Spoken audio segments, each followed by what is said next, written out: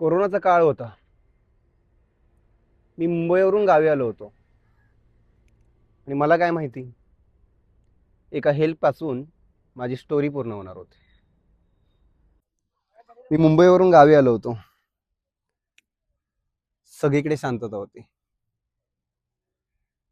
आणि आई बोलली होती, आपल्या बाजूला कोणीतरी राहायला आलाय.